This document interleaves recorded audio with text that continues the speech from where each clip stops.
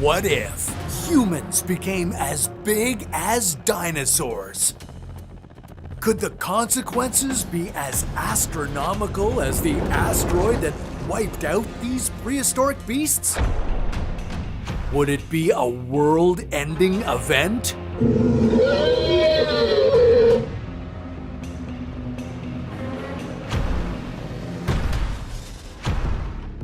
Even though we think of dinosaurs as huge, killer monsters, many of them were quite small, like the Microraptor.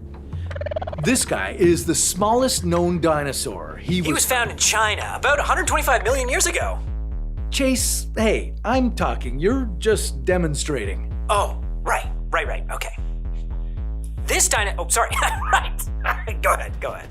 This dinosaur was only 30 centimeters tall and weighed less than a kilogram, making it the same size as a Subway sandwich or a 2-liter soda. The Microraptor would have been the perfect lunch. It had wings with a similar soaring mechanism to a flying squirrel, but it couldn't actually fly. It could glide and snatch insects out of midair.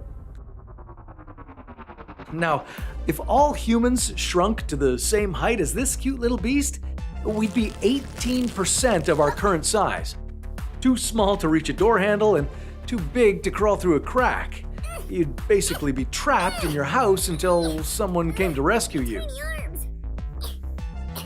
And seeing as no emergency service workers would be able to drive their cars or operate any machinery at this size, your best chance of rescue would probably be by 3 people stacked in a trench coat.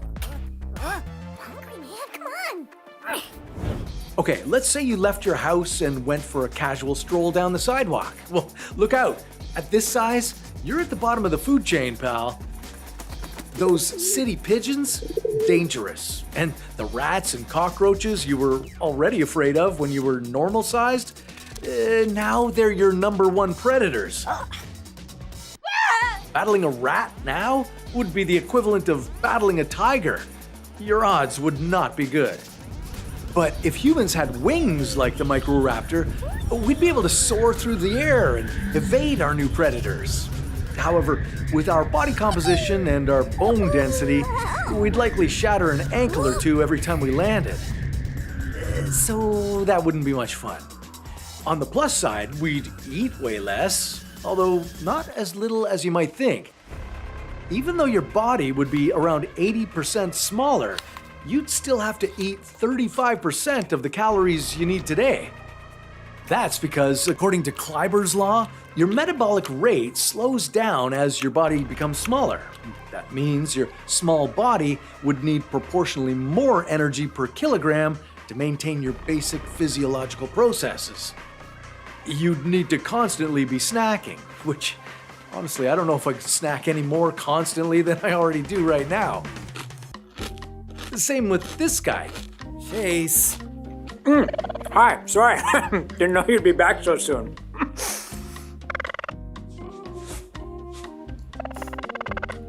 Okay, so humans being the size of Microraptors would be pretty inconvenient, but not necessarily disastrous. Let's upgrade ourselves a little bit. The Utah raptor was found in, get this, Utah. They really need to get more creative with these names. This dinosaur stood 1.8 meters high and was the inspiration for Jurassic Park's velociraptors.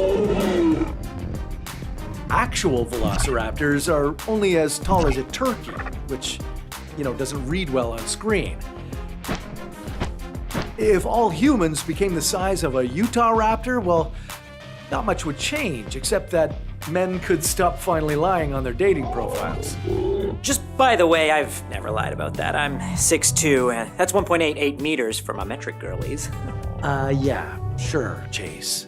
The Utah raptor is 6 feet flat, and it looks like you're missing a few inches. Fine, whatever, okay, I'm 5'11"-ish. You're still lying. But once we became the size of a Utah raptor, well, no one will be 5'11" anymore. Why would I care? Overall, we'll be healthier as scientists have discovered that taller people have lower chances of cardiovascular illnesses, but only up to a point. If humans suddenly became as big as one of the larger dinosaurs, like the Triceratops, we'd be shooting up to 2.8 meters tall.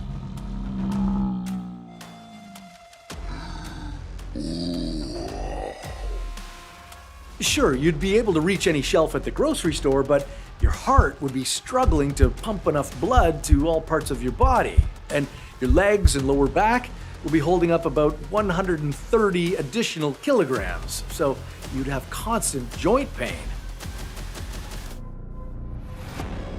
You'd still be able to fit into your home, although you'd be smashing your head into plenty more door frames.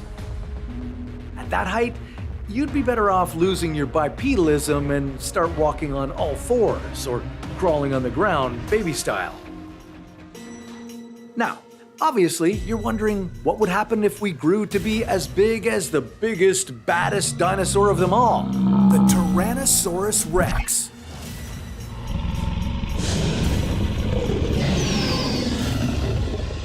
This terrifying monster stood 3.7 meters high, a lethal killing machine. If humans were that tall, we'd hardly be lethal. In fact, we'd be quite the opposite. There's not an easy way to say this, so here it is. At the size of a T-Rex, we'd be very dumb. Yeah, if you didn't think it was possible for people to be dumber, then think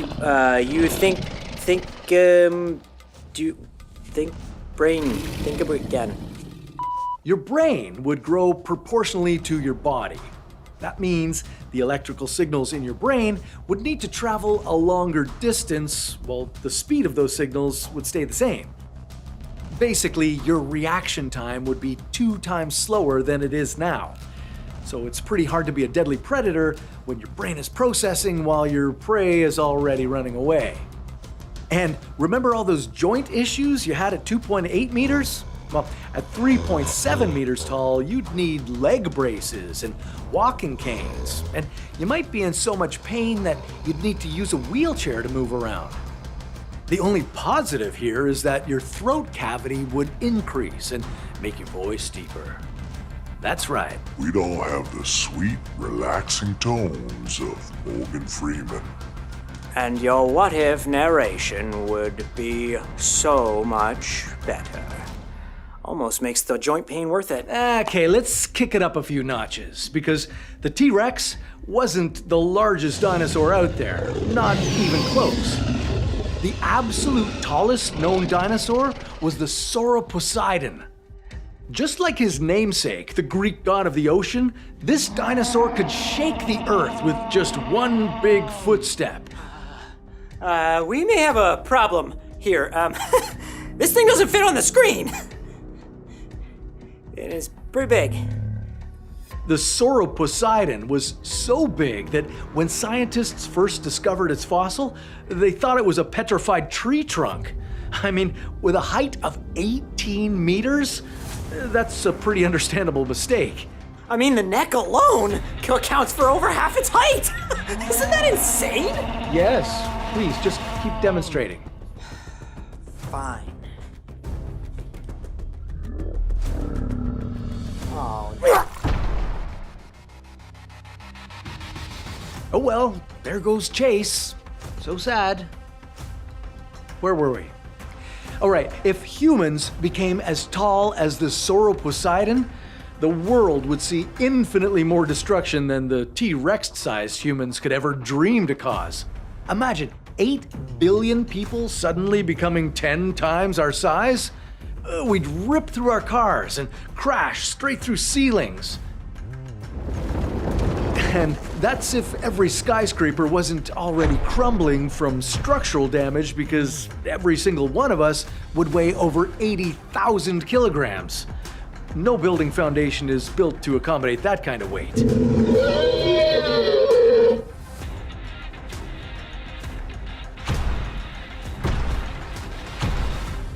If you live in an urban area, good luck. Either your head is busting through your apartment ceiling, or your building is collapsing beneath you.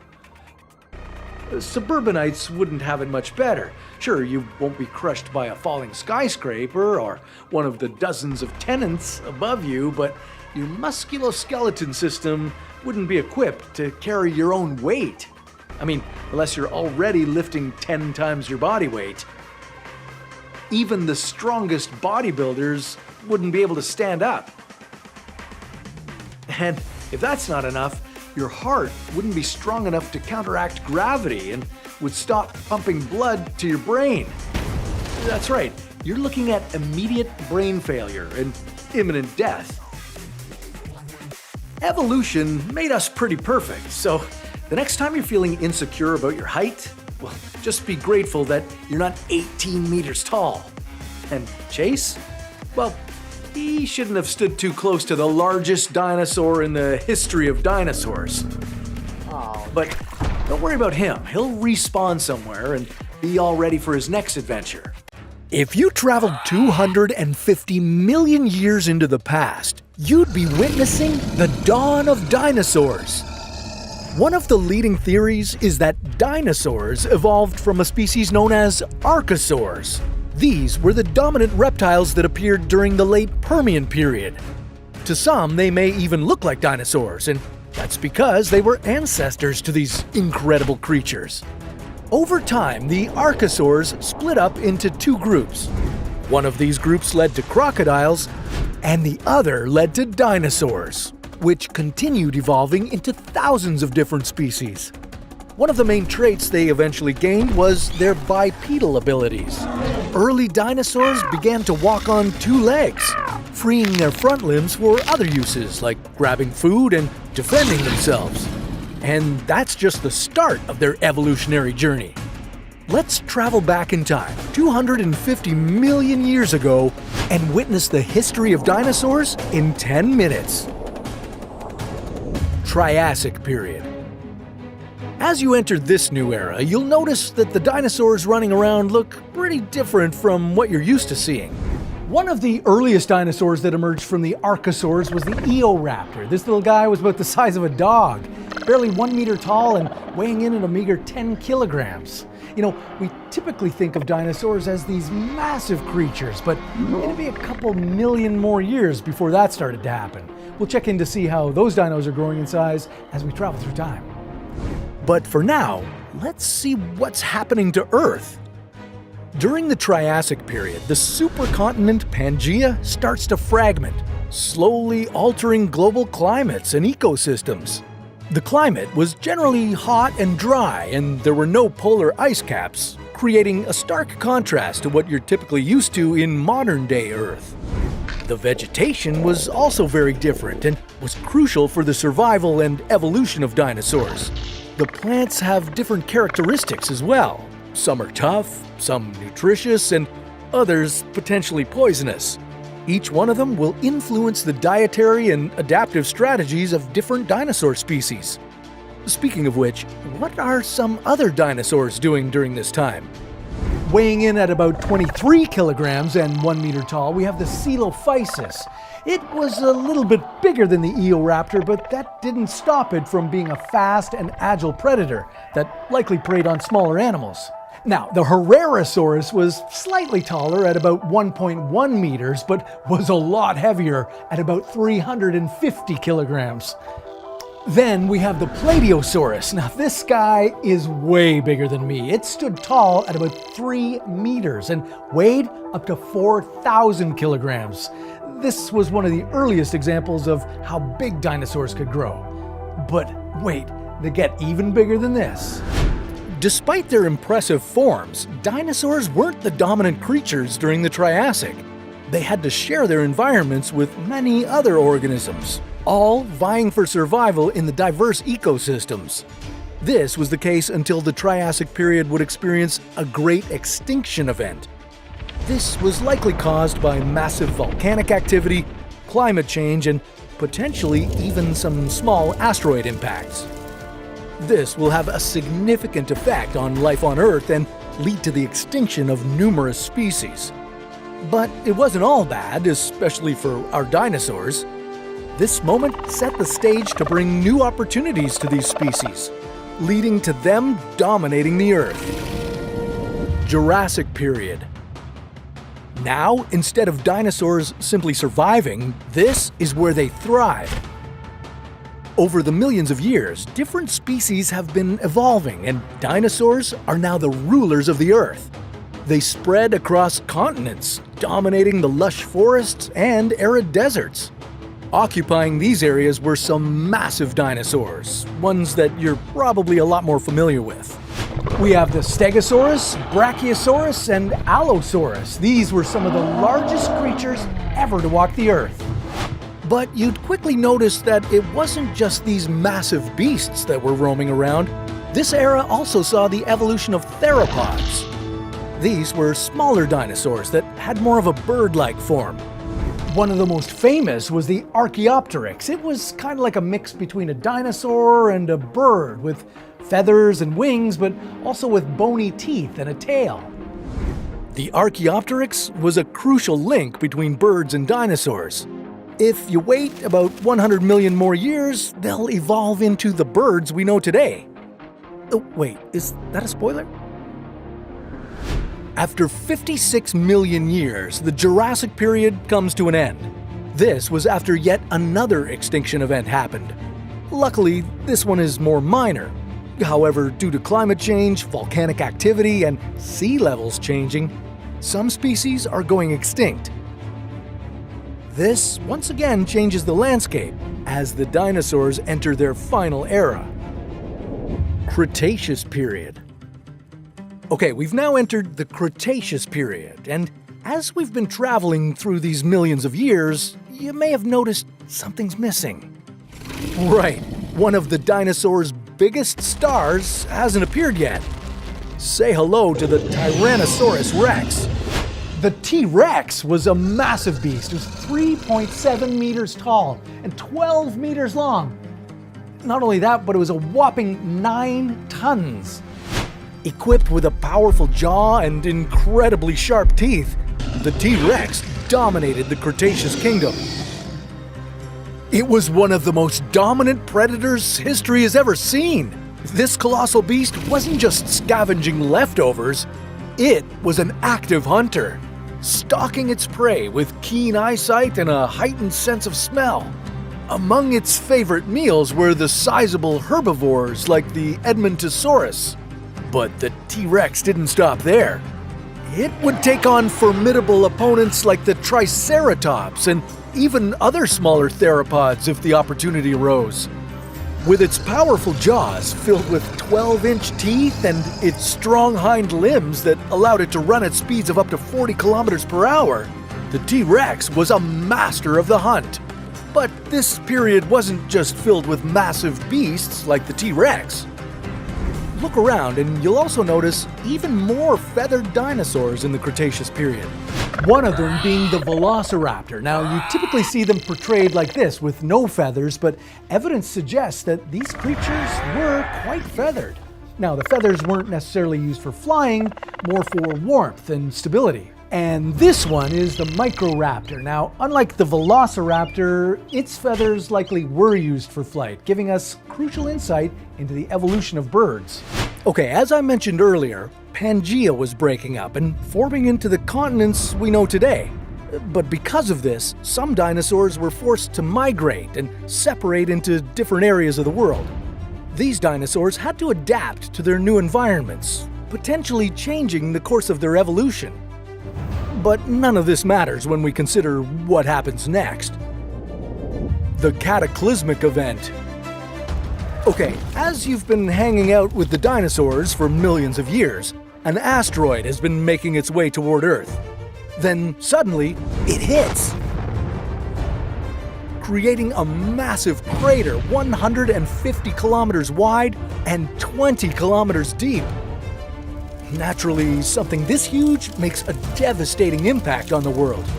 One that'll change it forever. The asteroid's collision is massive, but its impact is felt long after the initial crash. Due to the massive collision, the environment drastically changes. significant drops in temperature start to occur and debris from the crash begins to block out the sun. This impacts not only the dinosaurs' health, but also their food supply. This devastating event wipes out 75% of the Earth's species, many of which are the dinosaurs we've been observing this whole time. But don't worry, not all of the dinosaurs went extinct. The aviation-based dinosaurs we checked out earlier managed to survive the asteroid strike, eventually evolving into birds. Aftermath. Now that most of the dinosaurs are extinct, it's cleared the way for mammals to diversify and expand their impact on the world. With less competition, early mammals can now thrive and take over, which slowly, over time, allowed humans to evolve, building the world we know today. Dinosaurs went on to evolve for another 165 million years, but there's still so much we need to learn about them. Like, did you know that not all dinosaurs were cold-blooded?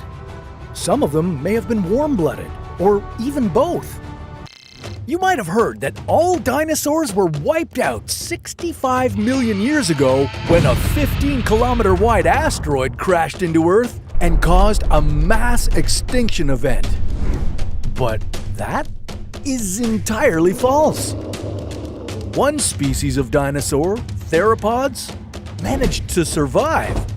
They had feathers and hollow bones, and most of them could fly, meaning they could rise above the blast and survive the aftermath. And now, many scientists believe that these theropod dinosaurs managed to evolve into birds. So technically, dinosaurs are still alive and with us today. But that's not the only thing you were lied to about dinosaurs. From non-existent species to T-Rex's eyesight, there are many myths and misconceptions about the Mesozoic era. One of the craziest is that dinosaurs were all green, scary monsters. In fact, many of them likely had feathers. Theropods would have had feathers for a variety of reasons, from giving them warmth to helping some aviation-based dinos to fly. And that's not all. Dinosaurs were a variety of colors. Yeah, some fossils have preserved pigments, showing that not all dinosaurs were brown, black, or green. They may have had many vibrant colors. Some of them may even have had specific camouflage, depending on their environment. And they weren't all scaly and slimy either. Different dino species would have different textures to their skin. I want to know if any of them were fluffy. Now, when you think of dinosaurs, you probably think that they were all massive. The T-Rex had a length of 12 meters, and the long-necked Brachiosaurus was up to 13 meters tall. But that wasn't the case for all dinosaurs. Contrary to popular belief, not all dinosaurs were giants. In fact, many of them were pretty small. Some were even the size of birds that we have today. Haha, look at that one. One small dinosaur was the Microraptor. This little guy was about the size of a crow. He even had wings and feathers, making him look like a bird. Dinos are typically portrayed as slow-moving, cold-blooded reptiles, but this isn't totally accurate. Scientists have recently discovered that dinosaurs weren't all cold-blooded like we thought. But that doesn't mean that they were all warm-blooded. It's a bit more complicated. Dinosaurs may have had a metabolic system known as mesothermic. This means they were somewhere between cold and warm-blooded. Being mesothermic allows animals to generate some internal heat, just not as much as a warm-blooded animal would. Dinosaurs with feathers may have been warm-blooded. Feathers usually suggest warm-blooded. Now, of course, there were thousands of species of dinosaurs, so sure, many of them may have been cold-blooded, but there were also warm-blooded and mesothermic dinosaurs. The Brontosaurus is one of the most iconic dinosaurs ever. With its long neck and tail, it's probably one of the first dinosaurs you think of. But did you know that these creatures almost didn't exist? Yeah, in the 19th century, the Brontosaurus was accidentally classified as the Apatosaurus, a species with similar traits. It wasn't until 2015, after years of research, that the Brontosaurus was reclassified as its own dinosaur.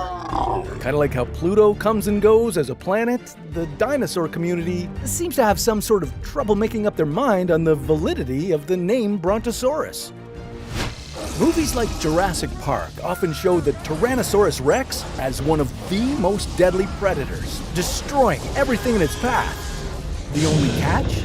They can only see prey if it moves. Yeah, that's also completely false. To make the T-Rex even more terrifying, they had incredible vision and were easily able to see prey that stood still. Since the T-Rex's eyes were positioned forward on its head, it had binocular vision. It could easily judge distances and see objects in 3 dimensions, similar to how humans see. Research suggests that the T-Rex might have had better eyesight than modern-day birds because it had such large optic nerves. It's easy to forget, but dinosaurs didn't all live simultaneously. The Mesozoic era, also known as the Age of Dinosaurs, spanned over 180 million years. There were 3 distinct periods: Triassic, Jurassic, and Cretaceous. And within these 3 periods, different species were unique to the specific era. Within 180 million years, some dinosaurs evolved into new forms, and some species went extinct. Some of the most iconic dinosaurs, like the Stegosaurus and T-Rex, never actually coexisted. They lived in entirely different time periods, tens of millions of years apart. Also, the T-Rex is often shown as a Godzilla-like creature that can stand upright, but how accurate is this? Well, turns out it's a total misconception, based on early artists' renderings. Paleontologists have since found that the T-Rex had a more horizontal posture. Its tail was held up off the ground, and its body was balanced over the hips. The upright stance of the T-Rex that we typically see is fun for Hollywood, but it would be unstable and impractical for the dinosaur to move around freely.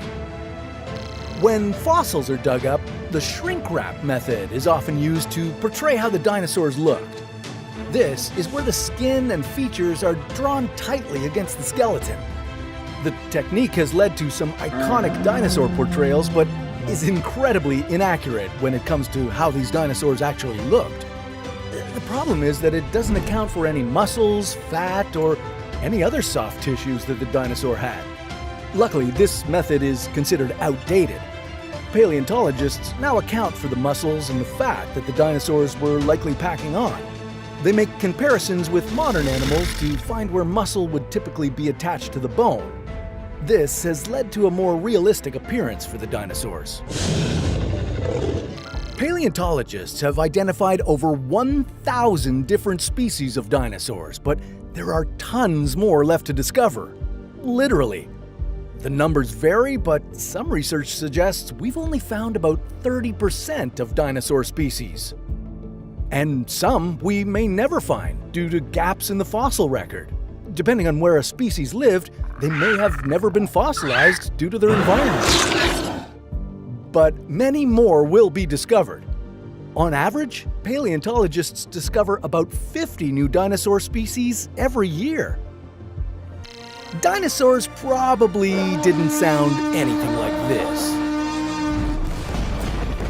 In fact, we really have no idea what they sounded like. Fossilization rarely preserves the soft tissues like vocal cords, and that makes it challenging for paleontologists to determine the exact sounds dinosaurs made. But it's unlikely they made these massive roars. Scientists can make an educated guess that dinos sounded closer to birds and crocodiles since they're the closest living relatives of dinosaurs. Researchers have created models based on fossilized skulls. The models suggest that the dinosaurs may have made low-frequency rumbles or bird-like calls. Regardless of what they sounded like exactly, the scientific community agrees that they didn't sound like this. So, is it possible that one day we'll be able to clone dinosaur DNA and build our very own Jurassic Park? Well, as cool as that may be, it's never gonna happen. Since DNA degrades over time, the chance of finding intact dino DNA is basically zero. And even if some were found, extracting the DNA without any contamination or deterioration would be incredibly difficult.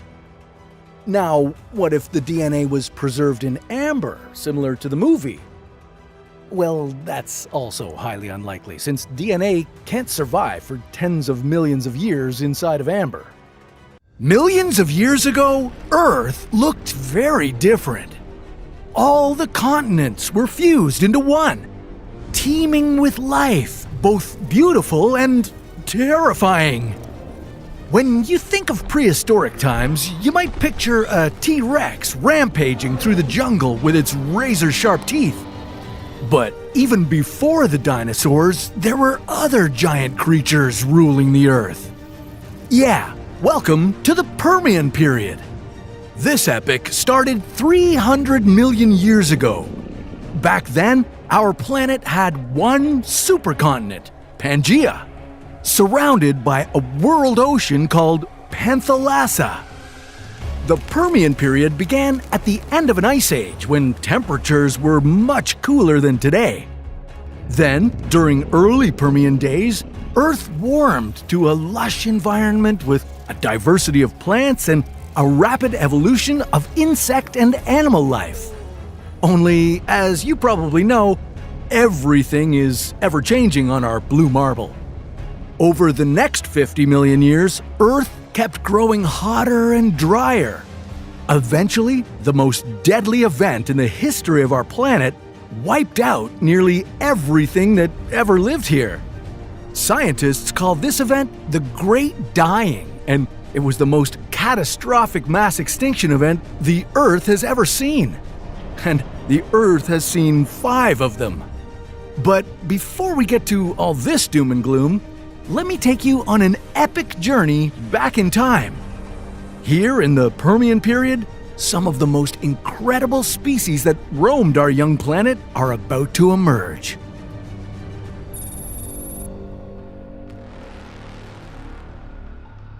If you could time travel nearly 300 million years into the past, you'd land smack dab in the middle of the supercontinent Pangaea. Earth's smaller continents would have just finished colliding with each other to form this enormous landmass, taking up 1/3 of the planet's surface. There was likely less oxygen in the air than there is now, but you still might be able to breathe. Oh, and bring a jacket because it would likely be chilly, with some areas averaging no more than a brisk 4 degrees Celsius. But don't worry, things will soon start heating up. By the end of the early Permian, the Ice Age was on its way out and Pangaea was becoming a lush world. Plants and animals started to thrive. This was a volcanic world. Violent eruptions changed the climate, shaped the landscape, and paved the way for evolution. When giant swamp forests began drying out, plant life had to adapt, and so, 290 million years ago, Earth saw the very first seed-bearing plants called gymnosperms. These plants carried seeds on their cones, and they spread across the supercontinent like wildfire. The ancient evergreen forest of the early Permian was hiding something familiar. Just like today, you could find cicadas and beetles piercing and sucking on the plants, and the cutest of them all? Cockroaches. Only, these weren't the cockroaches you know today. These prehistoric vermin were gigantic, the size of birds. But despite their size, cockroaches never ruled prehistoric land, and that's good news, am I right?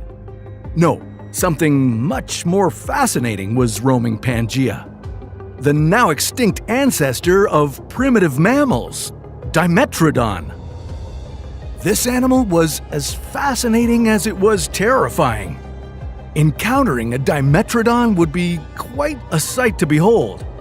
This ancient lizard grew to 5 meters long and weighed 225 kilograms. It had a large sail running down its spine. Scientists think this sail helped the reptile regulate its body temperature, soaking up warmth during the daytime and dissipating excess heat during the cooler nights. It would walk toward you like a crocodile and act like a total menace. Dimetrodon was an apex predator of its time. Watch out for a mix of sharp and flat teeth that would slice you open and grind you up. In the Middle Permian period, other mammal-like reptiles took over the planet. Therapsids.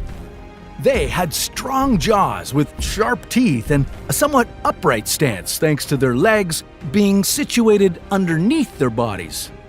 Therapsid reptiles varied from the 5-meter-long, likely omnivorous Deuterosaurus to the 5 times smaller, meat-eating Lycanops.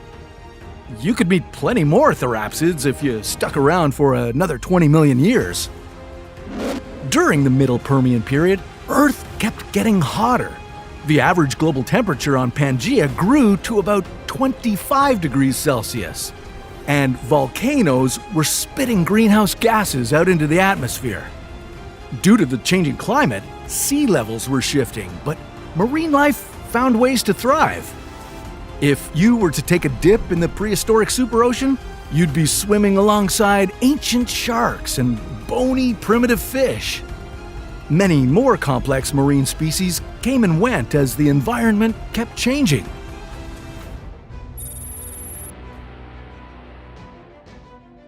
In the late Permian period, you could have a friendly encounter with another reptile, Lystrosaurus. These looked like a cross between a lizard and a pig, but unlike all the scary prehistoric monsters out there, Lystrosaurus was a herbivore. It was just 1 meter long and had powerful front legs for burrowing. Soon, another cute mammal-like lizard evolved, the cynodont. The cynodont looked like a giant rodent. It was about 1 meter long, had whiskers, and fed on small animals and insects.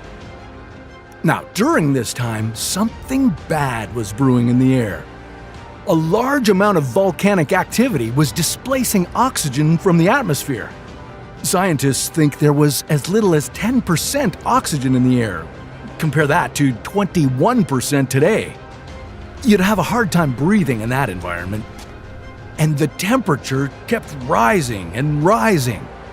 With an average temperature of about 28 degrees Celsius, this lush prehistoric world was turning into an oven. All good things must come to an end, and sadly, this period came to a particularly brutal one. About 252 million years ago, about 90% of all plant and animal life was wiped out.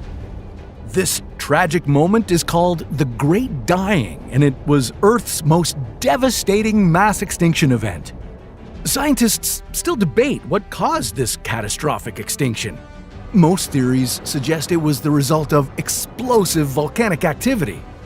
As huge volcanic eruptions swept the continent, massive amounts of ash were unleashed into the atmosphere. So much ash that it blocked out most, if not all, of the incoming sunlight. And with no sunlight, global temperatures dropped suddenly. Plants couldn't perform their photosynthetic processes and died off. And without plants, the very basis of their food chain, animals soon followed. Things got worse before they got better. Because of all the carbon dioxide emitted during the volcanic eruptions, global temperatures rose again. And not just to where they were, but higher, much higher. And this caused the superocean to lose most of its oxygen. And unable to breathe, a majority of the Permian sea animals perished. Eventually, over 95% of marine species and more than 70% of land animals became extinct. Millions of years ago, humans were near the bottom of the food chain. Predators, weather, and diseases all posed the threat of wiping the species out.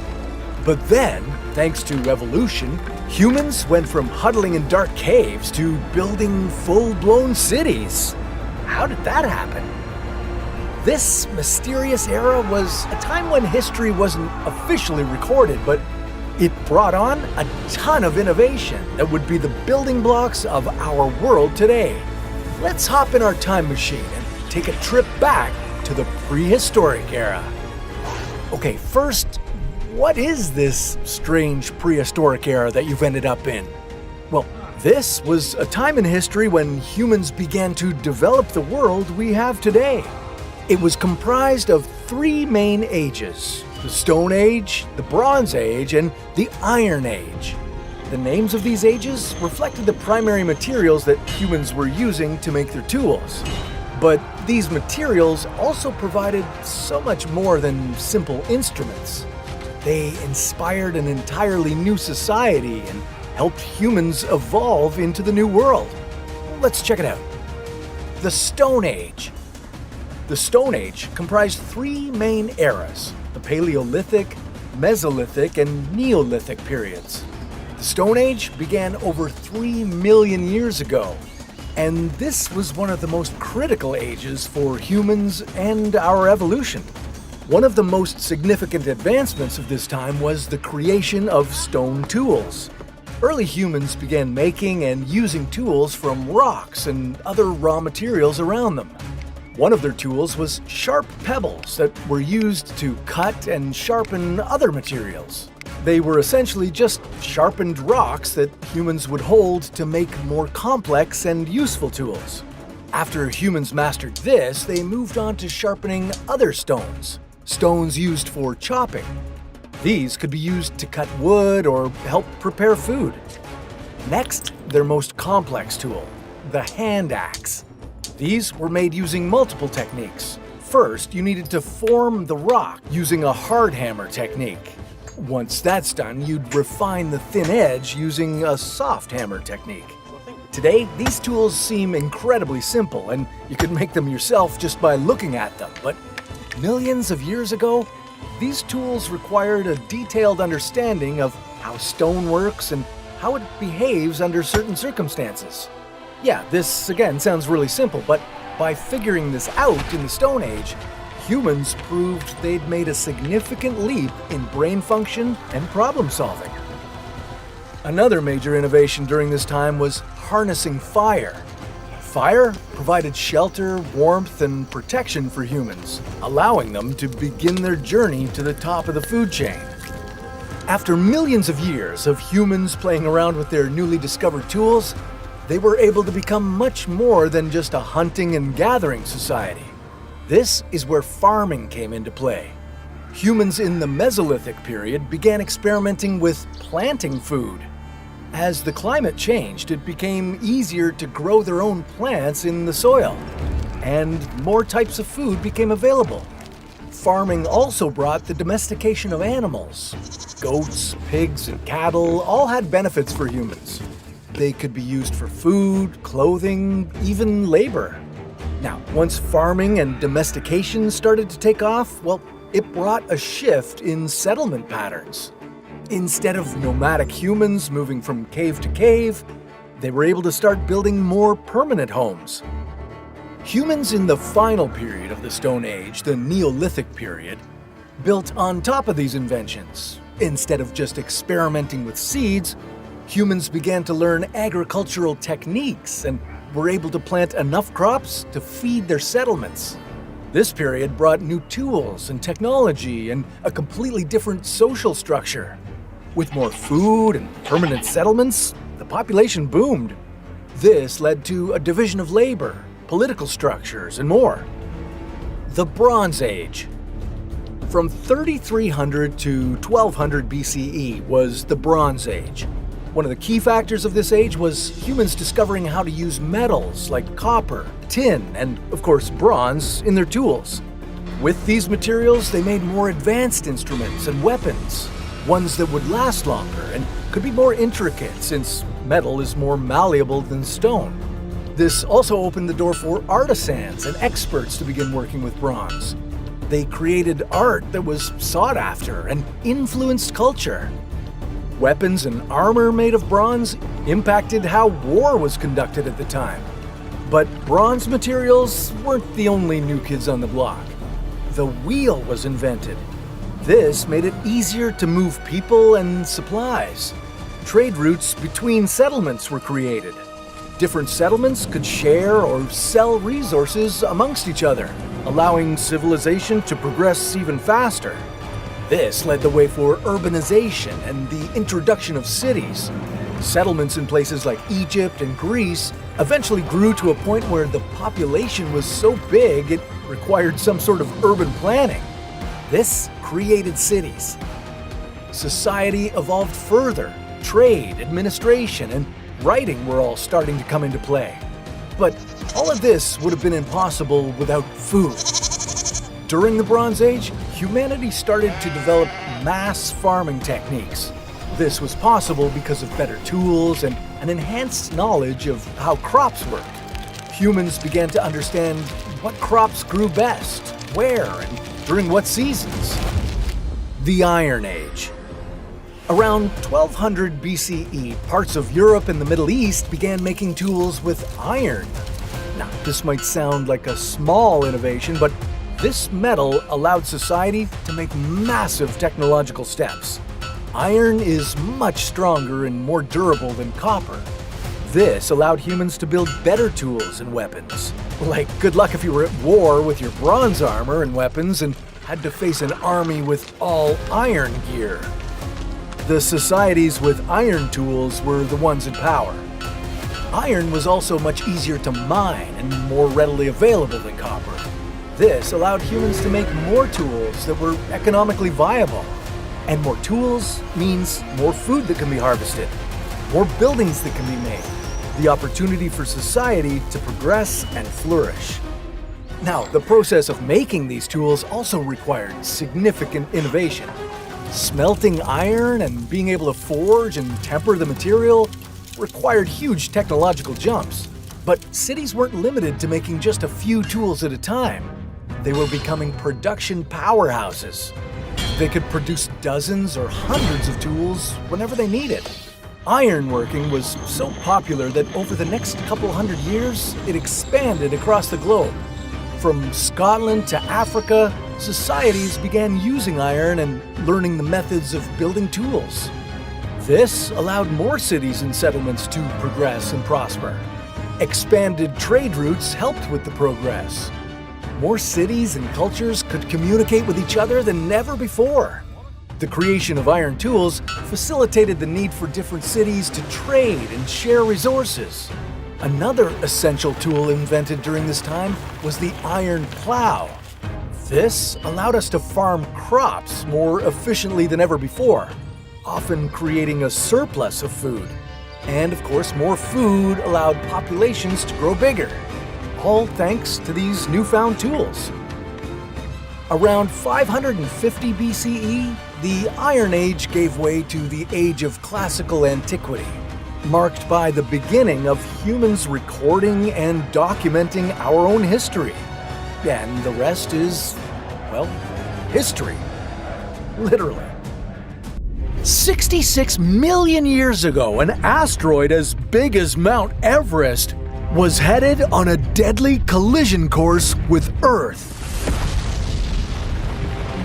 The impact was so devastating that it wiped out the most gigantic, deadliest reptiles to ever roam our planet. But the dinosaurs didn't just die from one big boom. No, they faced a slow, agonizing end. How did this extinction event cause the largest tsunami Earth has ever seen? And what exactly happened after the big reptiles were gone? Hold on tight, we're taking you on the most epic and deadly trip of your life.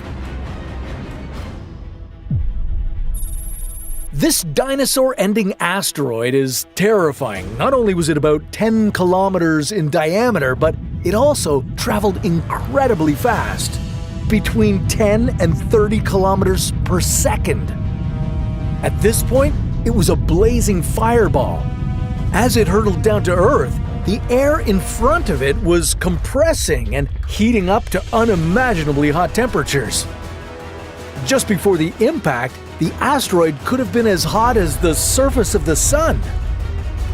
Once it entered our atmosphere, it only took this massive space rock a few seconds to reach Earth's surface and alter the course of life forever. As the asteroid slammed into Earth off the coast of where Mexico is now, it sent huge amounts of debris up into the air. The shocking blast wave killed everything in its way, and from here, it was only getting worse. This powerful blast ejected bits of the Earth's surface into the atmosphere, and minutes later, scorching hot pieces of glass and rock rained back down. Some of the debris reacted with the atmosphere, causing acid rain that would last for years. The land was burning. The fires caused by this devastating impact spread across the continent like literal wildfire, killing more and more life along the way. And then, just when you thought the apocalyptic scenario couldn't get any more intense, well, it did. The impact of the asteroid hitting Earth was so powerful that it sent shockwaves through the planet. And all that energy had to go somewhere. Cue the mega tsunami. A wall of water over 10 meters high raced across the ocean. This wasn't your regular tsunami. It was a staggering 30,000 times more powerful than anything you see today. As this monstrous wave spread across the North Atlantic and South Pacific, coastlines didn't stand a chance. The wave hit with such force that it destroyed and reshaped the continent. If you were there to witness this apocalyptic destruction, well, you wouldn't survive any of it. But some dinosaurs did. Yeah, the ones further away from Ground Zero weren't immediately obliterated by the impact. They weren't incinerated by the resulting infernos, and they managed to avoid being swept away by the mega tsunami. But still, their fate was sealed. As the dust began to settle, it was the start of a nuclear winter. Even though it wasn't nuclear weapons that caused it, the effect was the same.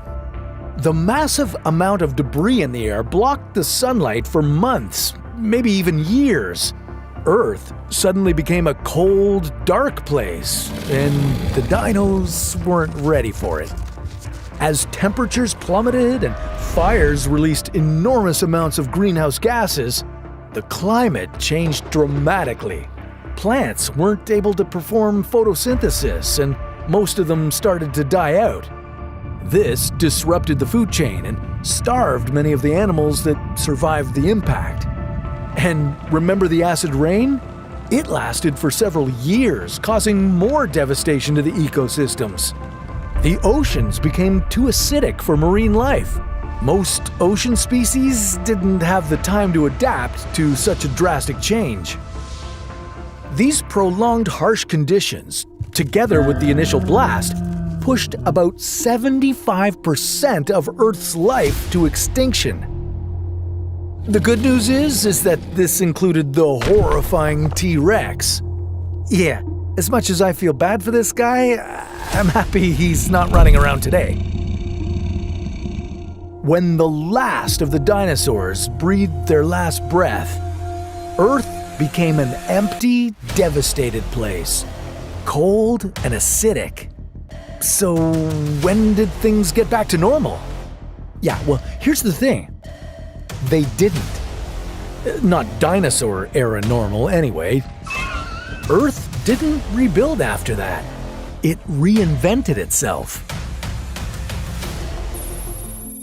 1,000 years later, the planet was recovering from the post-apocalyptic winter.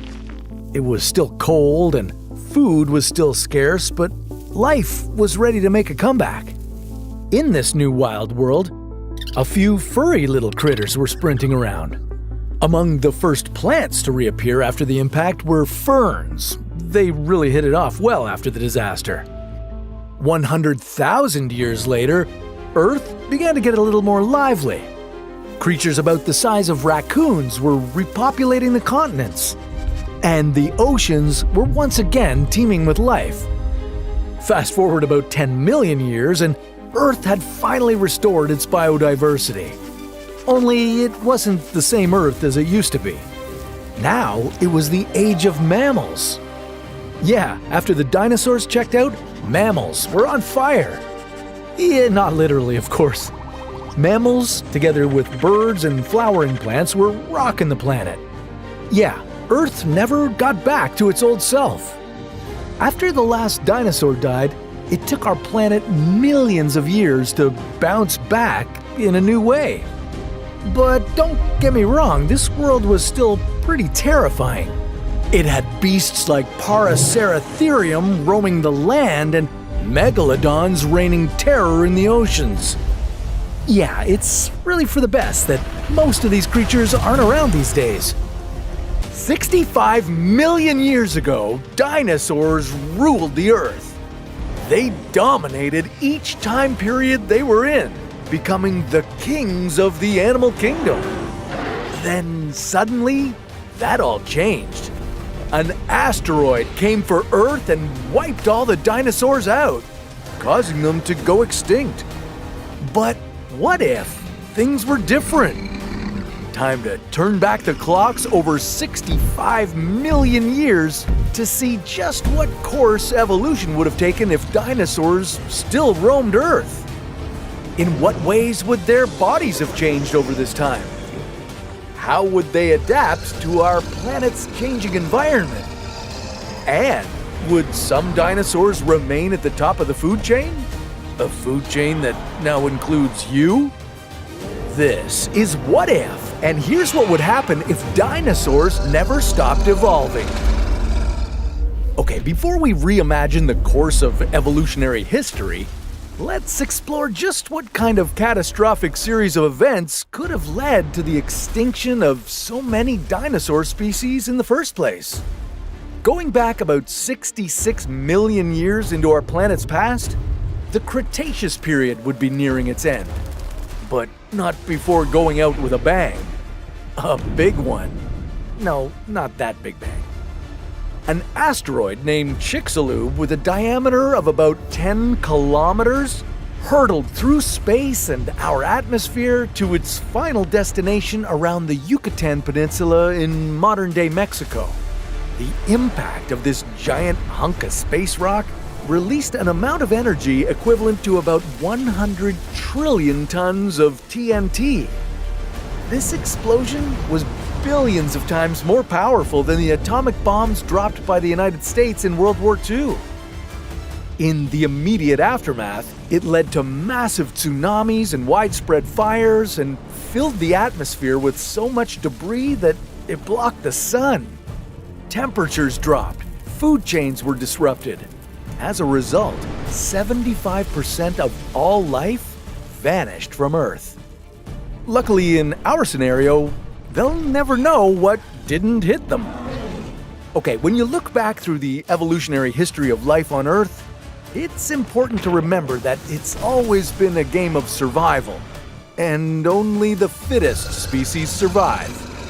That would mean that of all the dinosaur species that ever existed, not all of them would survive the millions of years of natural selection to still be around today. But let's see if a couple of our most famous prehistoric friends make it through this genetic gauntlet. Starting at the top of the food chain, one of the greatest apex predators of all time, the Tyrannosaurus rex. Many millions of years ago, a T-Rex would have used some of its highly sophisticated senses to hunt prey. These beasts likely had a range of vision similar to or better than hawks and eagles. The science suggests that throughout the T-Rex's evolution, their sight improved as their facial structure became narrower and their eyes grew larger. After many more millions of years of evolution, well, their vision might have improved to unfathomable levels. Instead of spotting prey hundreds of meters away, they could see their next meal several kilometers in the distance. But what about other parts of their bodies? Well, besides their notoriously tiny arms, the T-Rex was a towering figure, standing just under 4 meters tall. Over time, natural selection might have favored T-Rexes with longer, more muscular arms. By now, they might have developed better agility and range of motion to become even more formidable predators. And they wouldn't be the only predators that may have become even more dominant over time.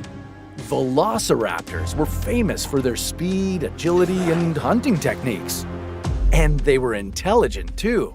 Okay, maybe not as bright as movies like Jurassic Park make them seem, but certainly they had a leg up on some of their dumber plant-eating prey.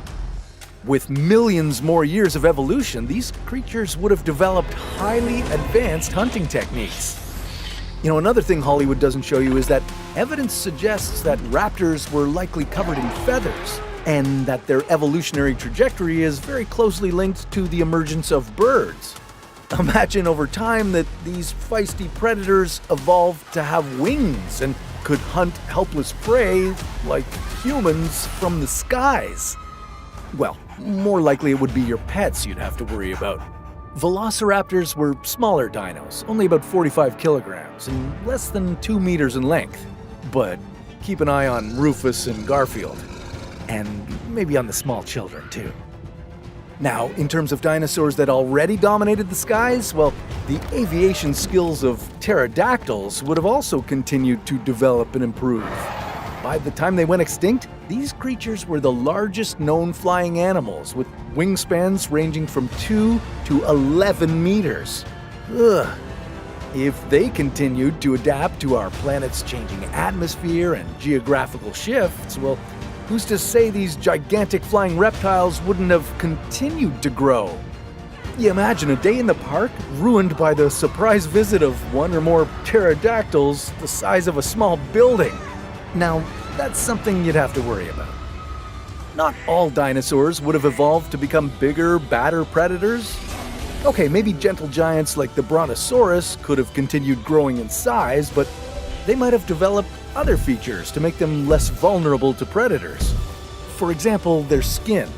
Natural selection might have favored those with increasingly thicker outer layers that could withstand the powerful bites of creatures like the T-Rex. Or whatever it is the T-Rex would be known as now. Like for the other species, there'd be so many enormous environmental changes between their era and now.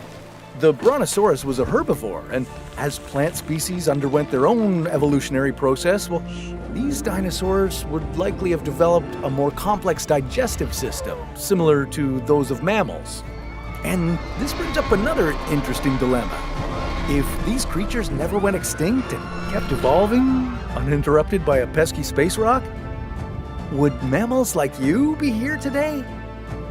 Yeah, our earliest human ancestors evolved among creatures like mammoths and saber-toothed tigers, but now that we're adding in all these other species, only the fittest would survive.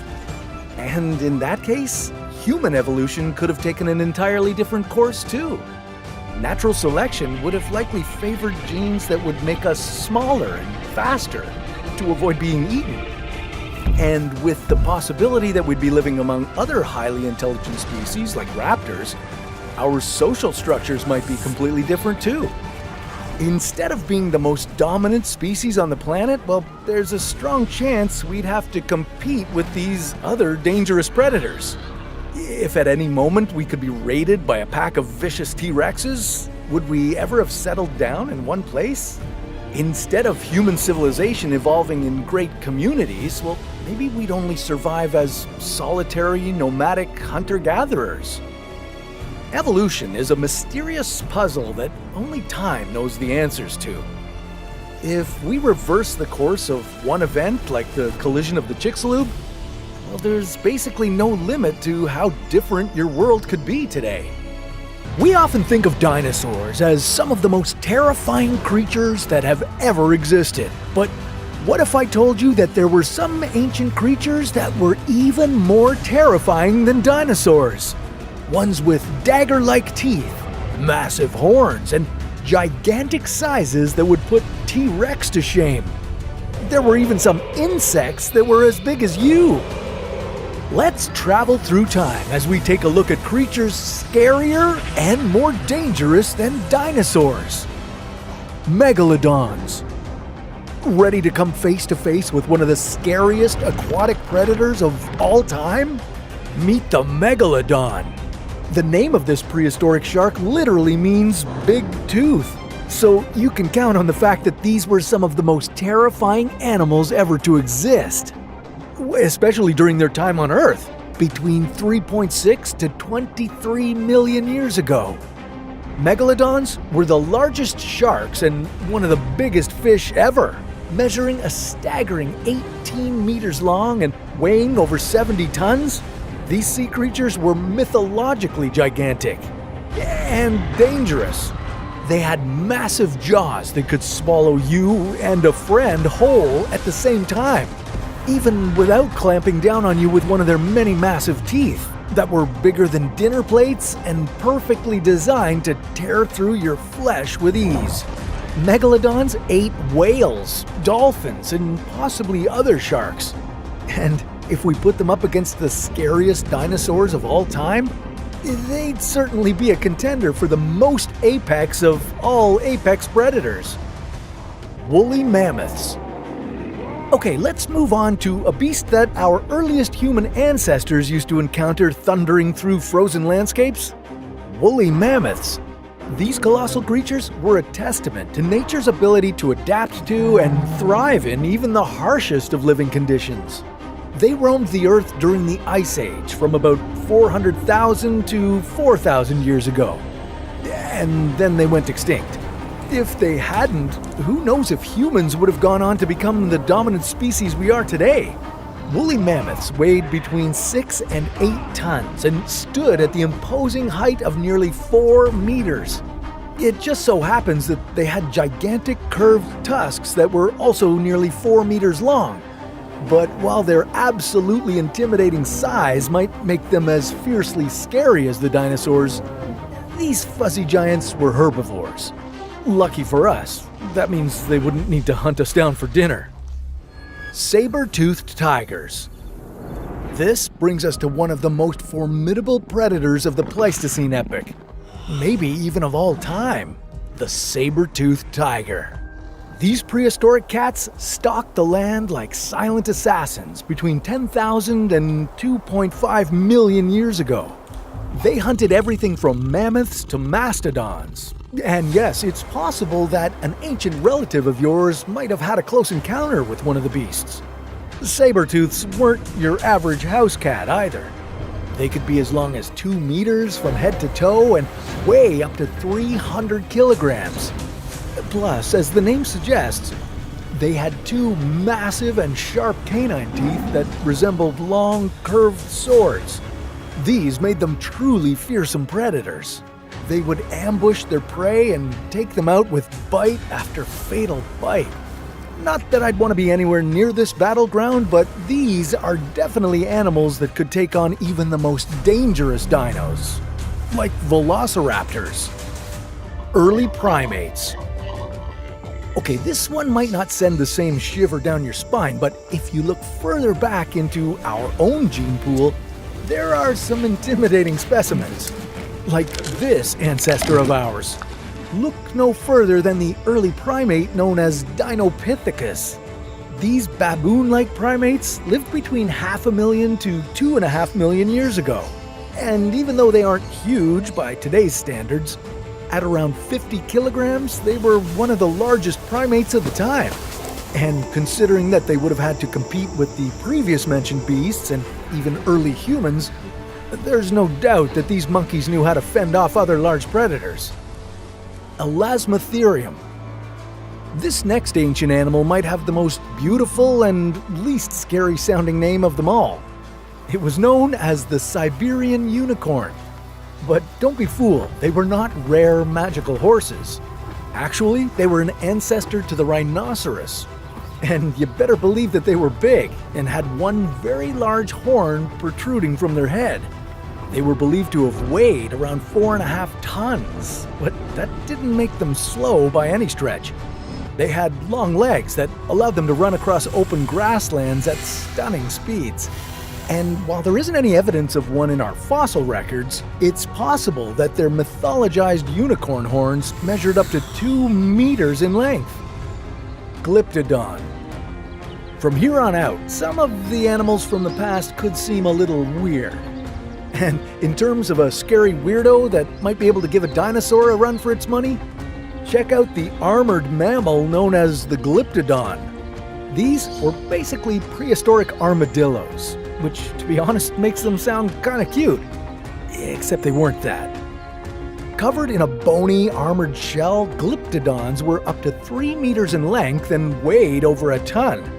Their shell was an excellent protective shield from predators, but that's not all they had going for them. Their tails were equipped with a spiky club-like end that was a powerful weapon against anyone who dared step in their way. If an ankylosaurus tried to mess with this beast, well, yeah, good luck. Glypto would club him right in the ankles. Giant cockroaches. In today's world, cockroaches are seen as pests, but also as a symbol of how life can survive even in the grossest, least hospitable conditions. Well, their prehistoric ancestors took resilience to an entirely new level. Approximately 359 to 299 million years ago, these critters were some of Earth's earliest inhabitants. And okay, compared to some of the other creatures on this list, they weren't huge, but at lengths of up to 9 centimeters, they were large for their time and bigger than any roach you'd want to find in your kitchen. And while they may not stand much of a chance against dinosaur predators, they had armored exoskeletons that would have done a pretty good job protecting them. Yeah, good luck calling an exterminator on these bad boys. Pulmonoscorpius. Imagine a scorpion. Okay, you're already running away screaming, but brace yourself for something even worse.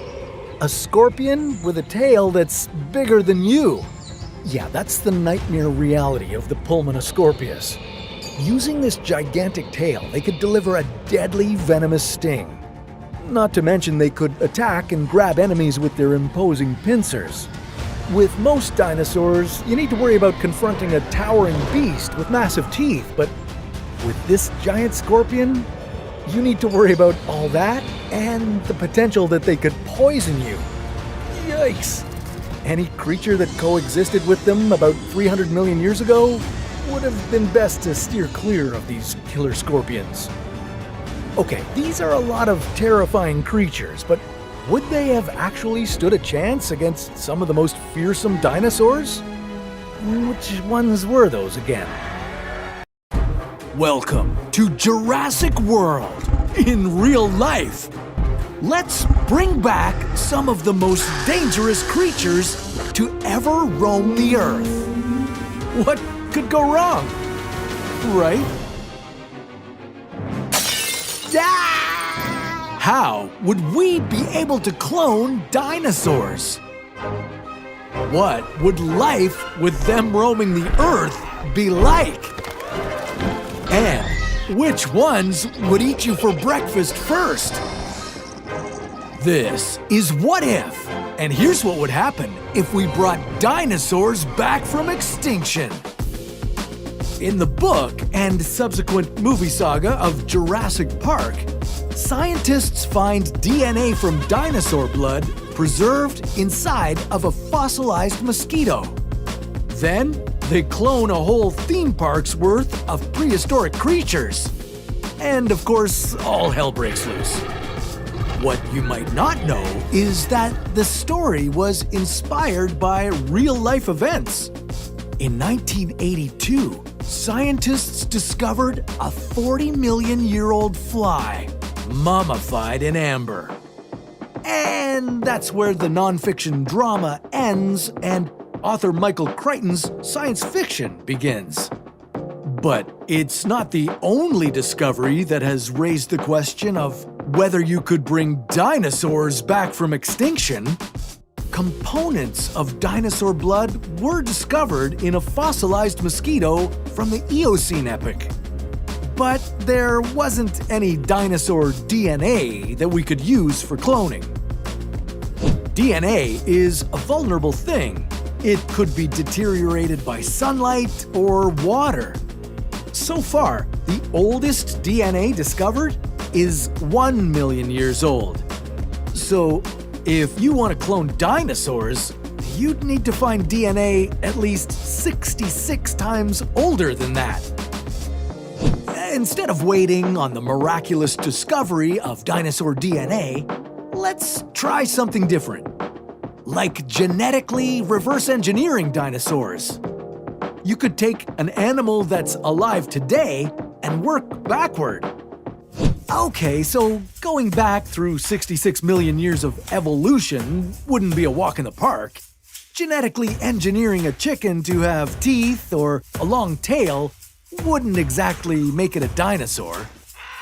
Life, finds a way. Now, if your dinosaur creations somehow escaped your maximum security lab and began living in the wild, you should be ready for trouble.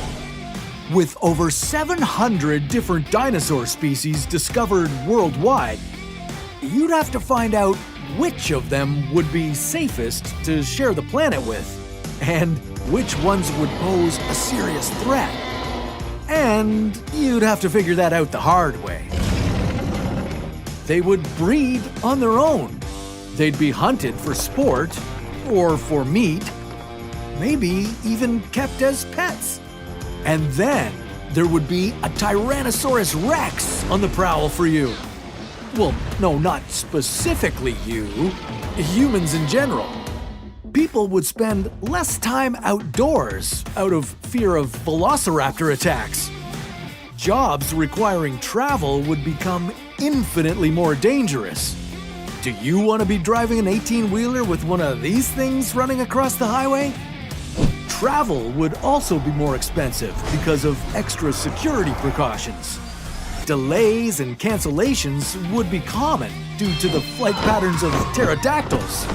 And food supply chains would be disrupted, as cattle and other livestock would be prime targets for predatory dinosaurs. These creatures never had mammals to snack on in the past. Ranches and farms would be like a buffet for them. Massive herbivores like sauropods would struggle to meet their dietary needs. The plants that currently exist wouldn't be the same as those millions of years ago. Sauropods wouldn't have teeth, jaws, or digestive systems adapted to eating the grasses that are common today. Other animals and living things would need to adapt to the new predators on the block. Dinosaurs would be the ultimate invasive species. And their presence could cause extinction events for some of today's species. It wouldn't be a bed of roses for the dinosaurs either. Unless they were engineered to be adapted to our modern-day global environments and climate, they would struggle too. During the Cretaceous period, the atmosphere had 14% more oxygen than ours does today. For dinosaurs, it would feel like they were suddenly living at a Mount Everest base camp. If you could bring dinosaurs back, you'd be facing a major ethical dilemma. Mother Nature wiped them out. Reintroducing them for pure entertainment would be a hard case to win against scientists pushing for further conservation efforts, especially if you're planning to open your very own Jurassic Park. Lots of people would want to enjoy the dinosaurs in a zoo-like setting. You could stand to make a lot of money. So you'd likely have more luck convincing people if you stick to research purposes. You could do it to further cloning technology or to verify findings and theories based on fossilized remains. A team of Russian scientists is working hard to resurrect this quintessential Ice Age behemoth. Give me a high five. But what if they never disappeared in the first place and still roamed the Arctic regions on Earth? What would they eat? And would we hunt them for their tusks? How would they have adapted? This is What If, and here's what would happen if mammoths never went extinct. These shaggy-haired herbivores are cousins to the modern-day Asian elephant. Weighing in at almost 6 metric tons and around 3 to 4 meters tall, they were similar in size to the African elephant. Still large, but not as mammoth as we like to imagine. Woolly mammoths only went extinct about 10,000 years ago. Their fossils are found across North America, Asia, Europe, and Africa. So, what happened to them? Woolly mammoths were built for sub-zero Arctic habitats. A main reason they were able to thrive during the Ice Age was because of a particularly quirky circulatory flow. Their countercurrent system feeds venous blood through the heart and lungs, and arterial blood through the legs and feet. This is opposite to how human blood circulates. Their blood itself was also special and kept oxygen flowing at frigid temperatures, sort of like antifreeze in your car. This unique blood system allowed them to stay warm in ice-cold weather and operate off of limited calories while still conserving heat and maintaining blood flow. It didn't hurt that their exterior hair could grow up to 1 meter long. Woolly indeed. So, is climate change to blame for their extinction? Scientists haven't come to a conclusion yet. It's still debated whether climate change, which altered their ecosystems, or humans who hunted them, were the driving factor of their annihilation. Probably a little bit of both. But what if they somehow survived? Our Arctic regions would look a lot different. And not just because there would be jumbo-sized, shaggy animals roaming around. There would be less elk, moose, and caribou because the woolly mammoth would outcompete them for food. Woolly mammoths ate around 225 kilograms of plants daily. They would sweep aside snow with their giant tusks to access grass compacted under permafrost. This grazing style creates a cycle that favors grassland over the current Arctic tundra. The soil compaction of large mammal grazers allows for deeper freezing in the winter. This prevents the release of greenhouse gases because firmer terrain keeps grass from totally thawing during the summer. Woolly mammoths themselves would look a little different if they still existed. They'd have to adapt to warmer temperatures and beat out their rivals, the other grazers. Being brawny gives animals dominance over a landscape, but it also requires much more food, which is a vulnerability. So woolly mammoths would be smarter than they used to be, and maybe lose some of that thick blanket of fur with increasing temperatures. They'd also be a target for the ivory trade. In Siberia, melting permafrost is unearthing woolly mammoth tusks, which are worth around $1,000 per kilogram. Highly sought-after ivory is exported to China, where it's used for traditional medicine, ornaments, and jewelry. In order for the species to survive in the wild, they would require legal protection and enforcement. Even with protection, their population would be low.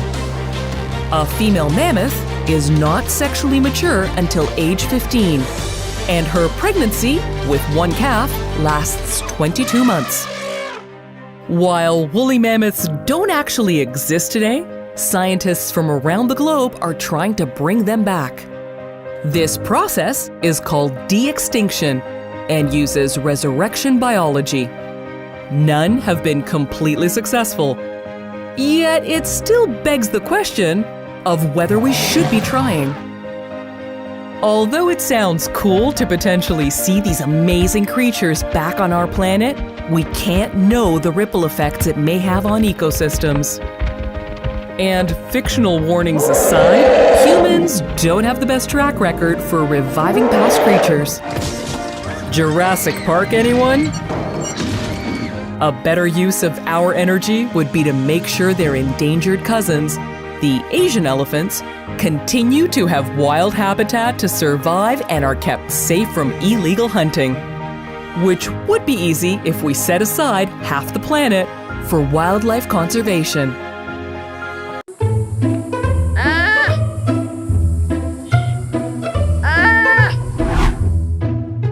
Sometimes it's nice to just kick back and take it slow. Really slow. So, what if evolution had the same mindset and decided to take its time before getting rid of some prehistoric creatures? What if the giant sloth was still around? What would it get up to in the 21st century? Could modern-day humans even handle giant sloths? And what does this have to do with my guacamole? This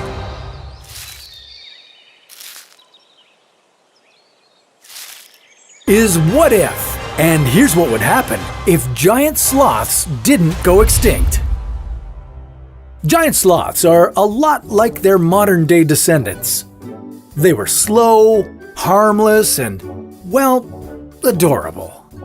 The key difference was that they were bigger, and I mean a lot bigger. The largest of these tardy titans would have reached up to 7 meters tall and weighed in at over 6,300 kilograms. Giant sloths evolved in South America about 35 million years ago. And thanks to several specimens we've found in good condition, we have a pretty good idea of how they lived their lives. That is, until 11,000 years ago when they went extinct during the Ice Age. But what if that wasn't the story? What if they stuck around? Well, if they were still alive, they would live in forests or bushy areas found in North and South America. These forests would be their vegan buffet. Giant sloths were herbivores that could stand up on their hind legs to grasp tree branches with their thick claws and snack on leaves. Some of them even had tongues similar to giraffes and could use them to reach the extra tasty leaves. Delicious. It's a pretty good skill to have because these gentle giants would need to eat about 60,000 calories per day. That's as much as an African elephant's daily meal plan. So it sounds like even in the 21st century, giant sloths would have a pretty relaxed lifestyle. But what would it be like for us? Well, knowing humans, we'd probably give them a job and use them for labor. The giant sloths might be used as transportation, at least until we realized that that idea sucks. Hope you're not in a hurry. Some giant sloths were the size of an ox, so they might be able to help us out on farms. By using the old carrot dangling in front of their face trick, we could have them plowing fields. But is anyone really going to invest in a work sloth?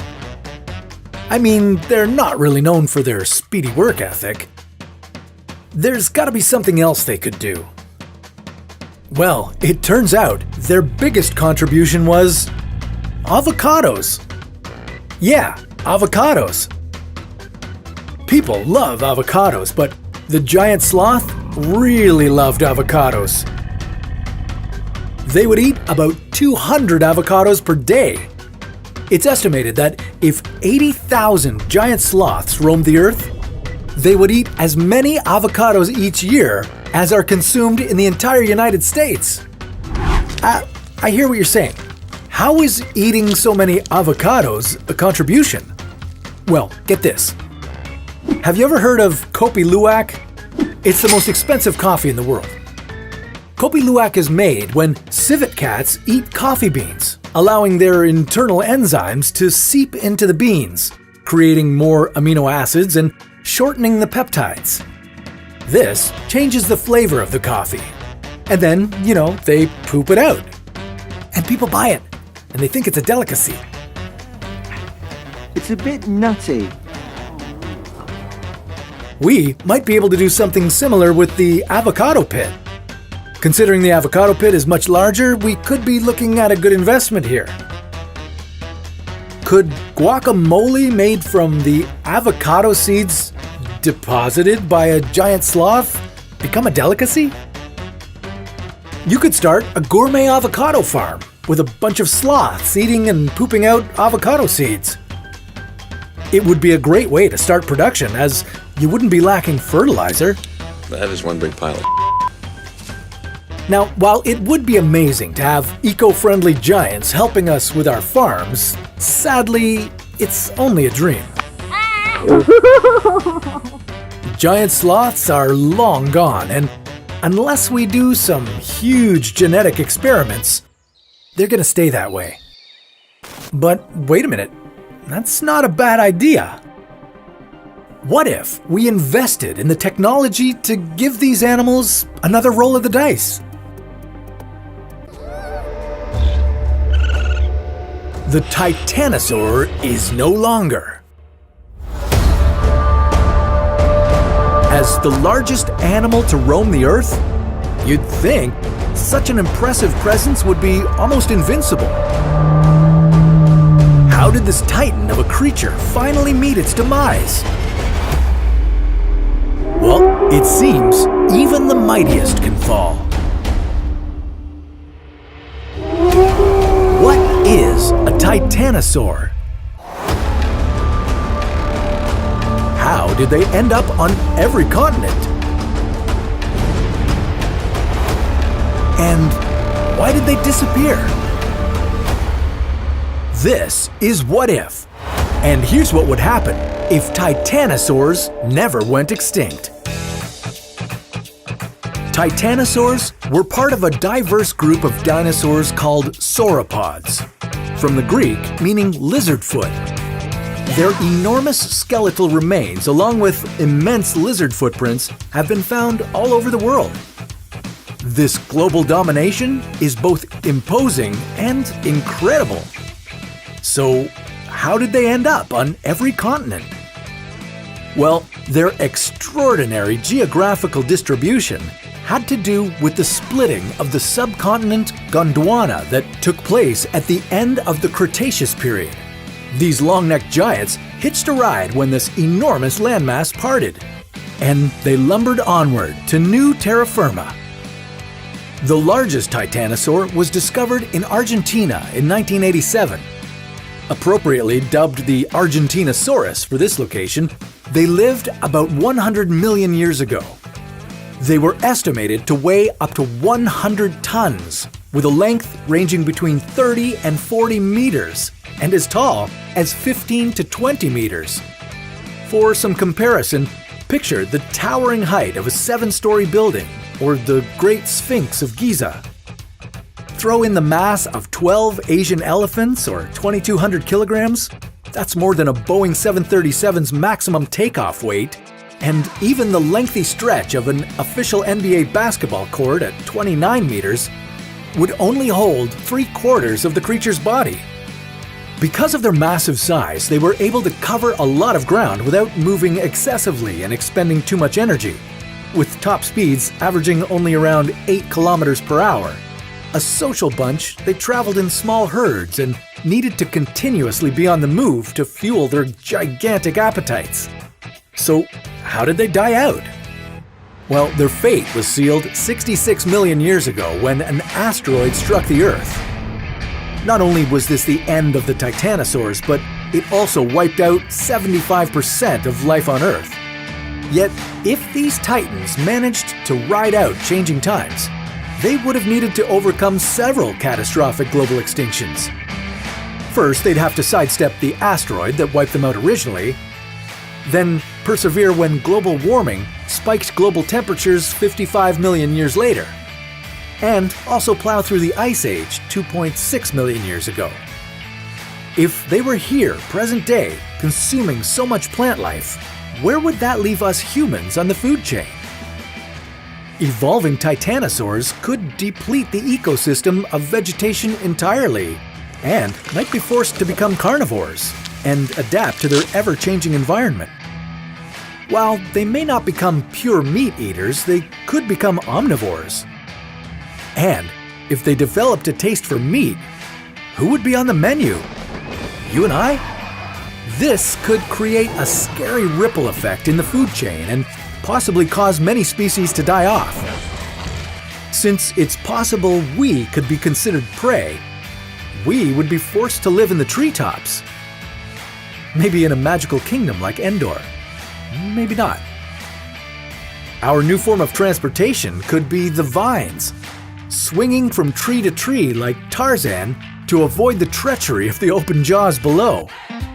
But what if humans were able to tame the Titan? Picture a happy, helpful Titanosaur on a construction site, working the gravel mines. Look familiar? Or you could see them being useful and marching into battle like the Haradrims on giant elephants in The Lord of the Rings, taking out everything in their path. And imagine how many mouths one of these giants could feed. The Titanosaur could become a source of food for humans and solve world hunger.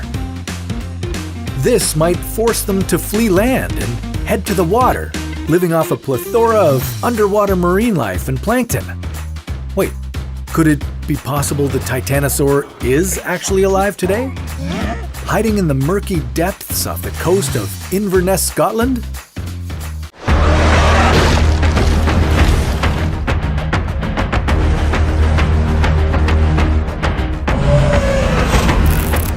With the world's population growing every year, we need to find ways to produce more food. So, if we could bring dinosaurs back from the dead, would you eat them?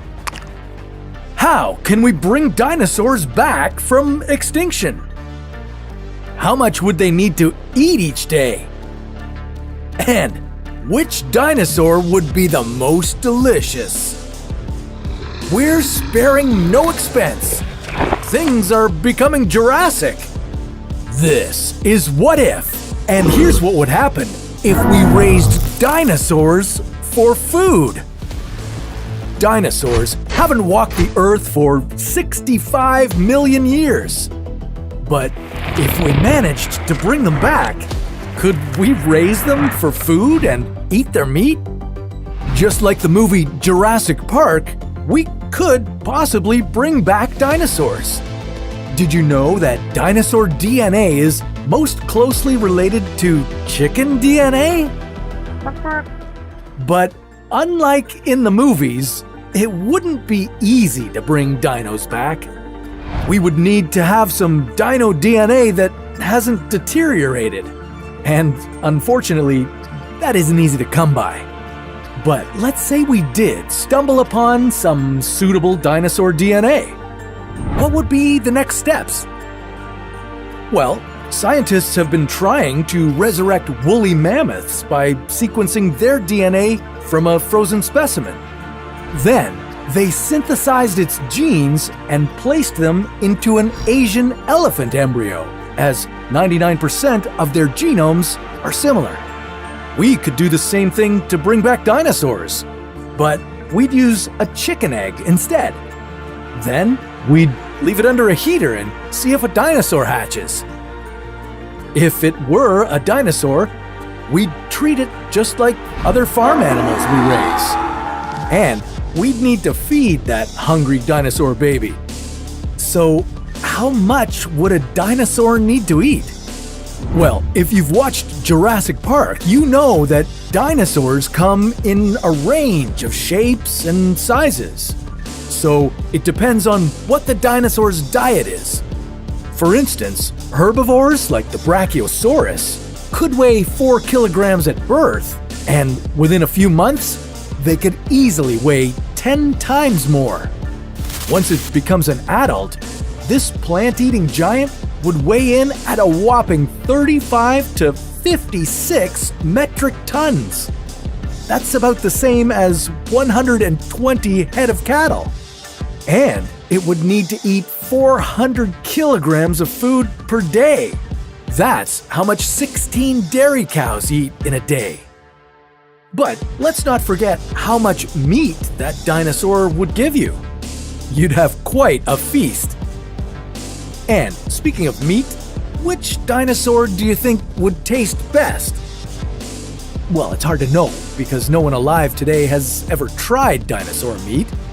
But if we compare it to the meats we enjoy, the most delicious tend to be from herbivores, the plant-eating animals, like our Brachiosaurus. Something like the infamous T-Rex might taste a little different. We know that dinosaurs are distant relatives of birds, and fast-moving dinosaurs would mainly consist of white meat, so a T-Rex might taste like an ostrich. Maybe you'd prefer to eat seafood. Well, in that case, you might want to try eating dinosaurs that had marine diets. They might have a fishier flavor. And here's one thing you probably hadn't even thought of. Recent studies have shown that dinosaurs, like T-Rex, had feathers. So if we did raise them for food, imagine plucking a dinosaur that big. One Tyrannosaur fossil had feathers that measured an incredible 1 meter long. So it would be a little different than plucking a chicken. But before we get too carried away, we'd better say that bringing back dinosaurs is not very likely. And if we were to do it, there would be other consequences, and maybe some that we couldn't handle.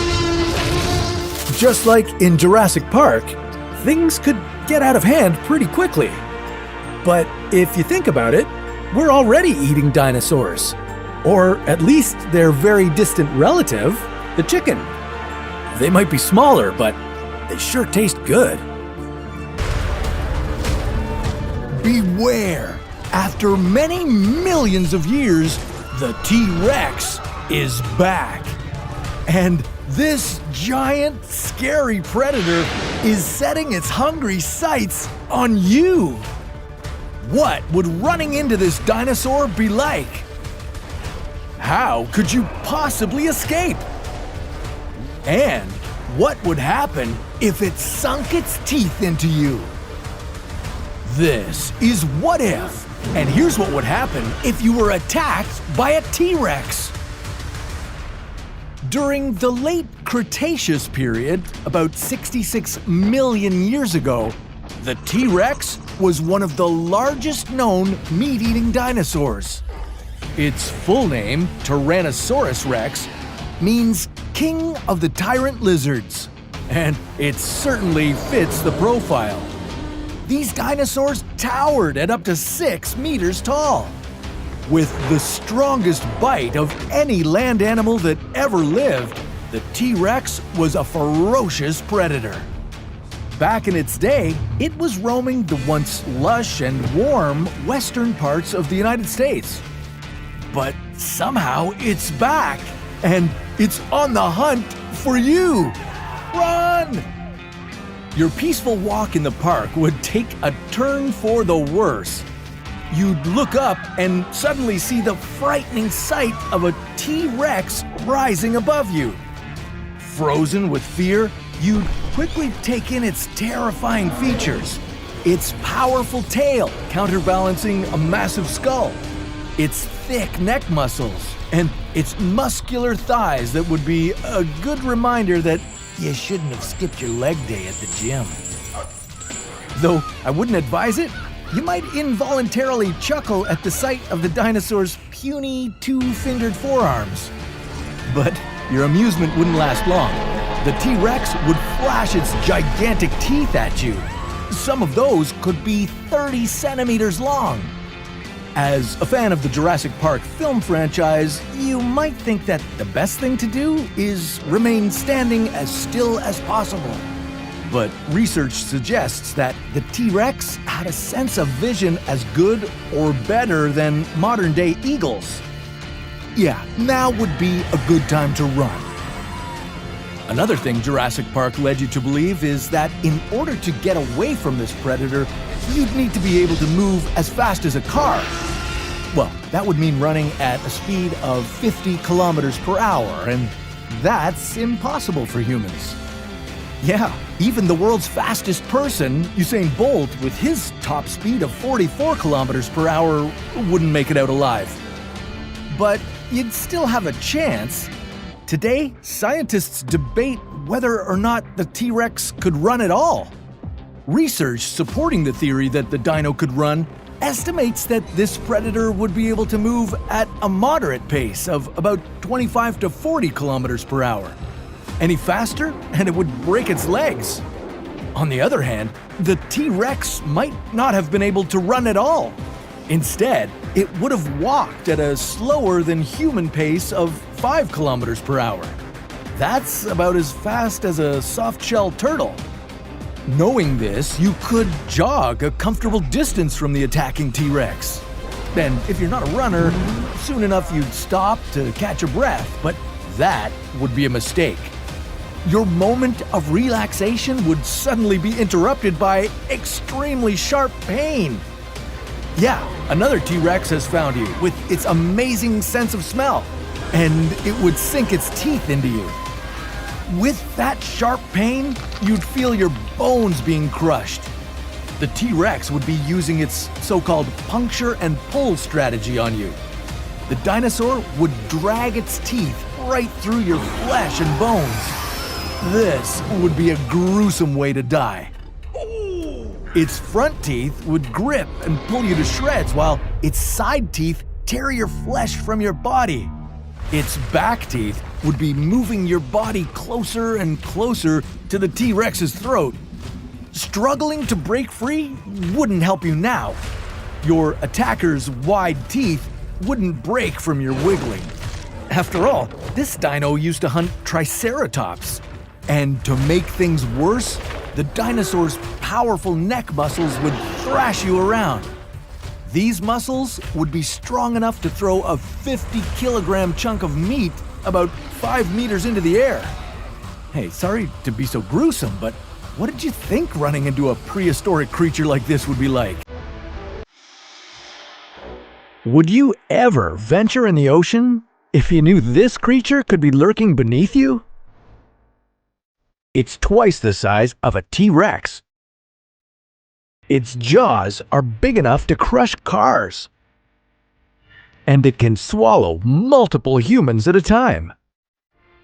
This ancient beast is called a Megalodon shark.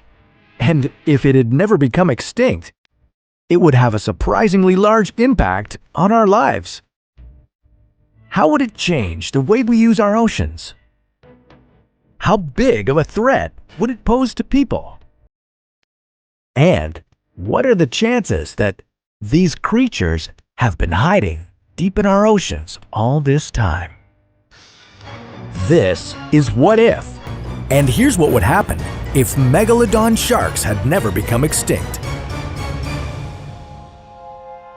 Over the years, reports of Megalodon sightings have emerged all over the internet. A lot of them claim that these giant sharks never went extinct, that they've just been hiding in the deepest part of the ocean, the Mariana Trench. Now, you can't dive down there to check for yourself, but scientists say there's more than enough evidence to debunk these online accounts. If Megalodon sharks were still around, we'd definitely know about it by now. Our oceans would be a lot more dangerous.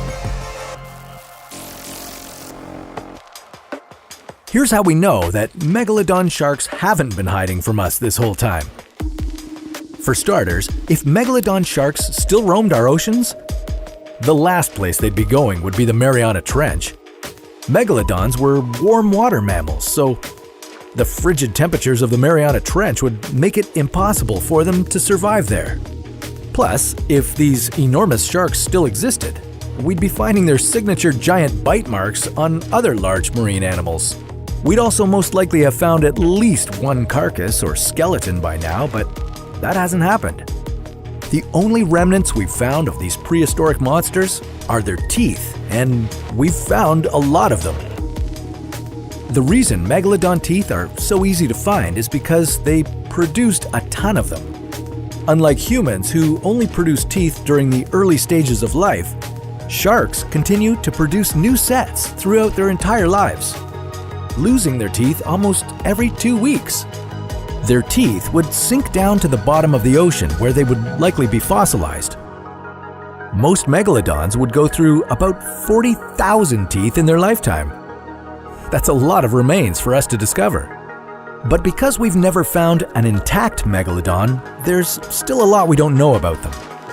Here's what we've been able to find out so far. Megalodon sharks first showed up about 16 million years ago, and they were a dominant predator in the ocean. Measuring anywhere between 10 to 18 meters, these giant beasts preyed upon anything from fish to dolphins and even whales.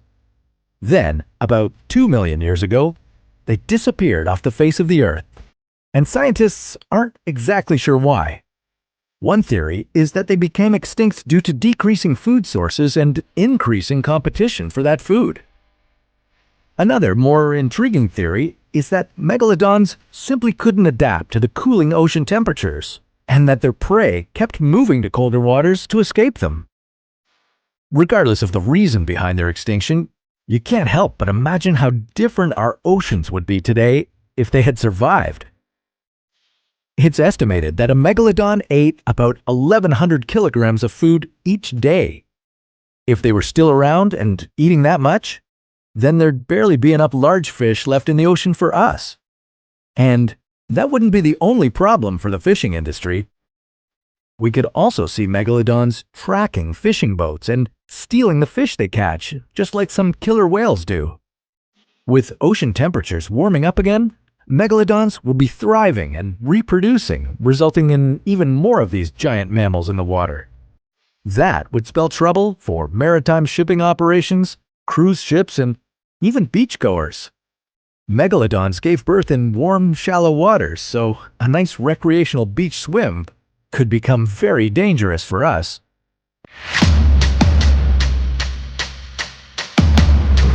What do saber-toothed tigers, woolly mammoths, and the dodo all have in common?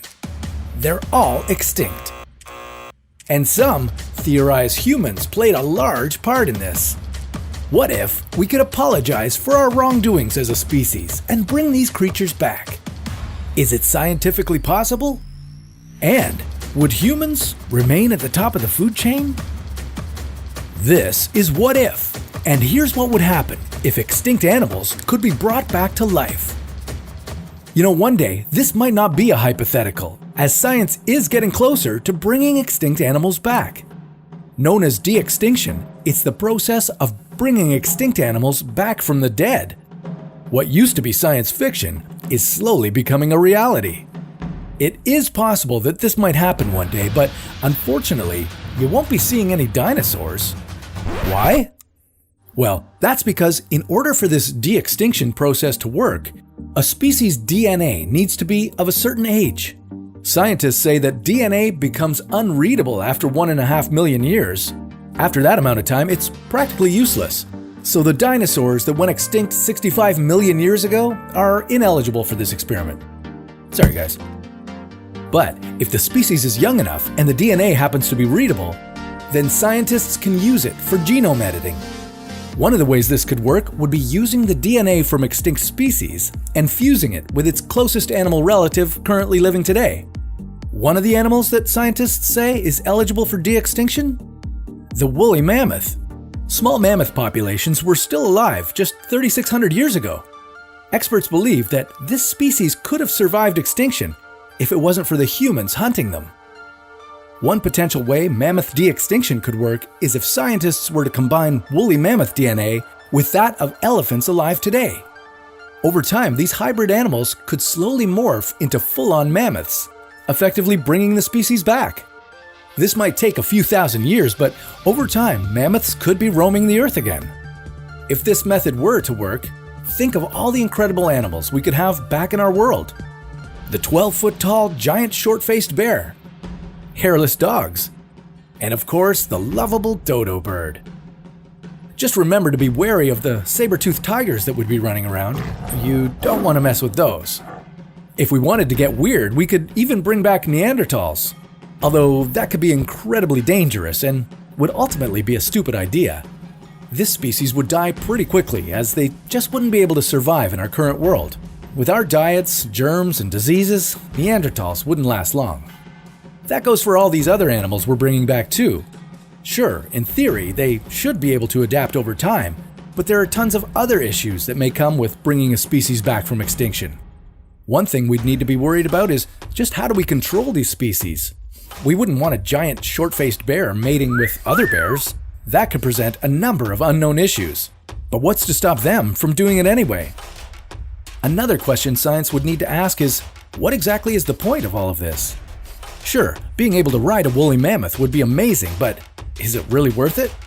What kind of purpose are these animals serving other than for the sake of our entertainment?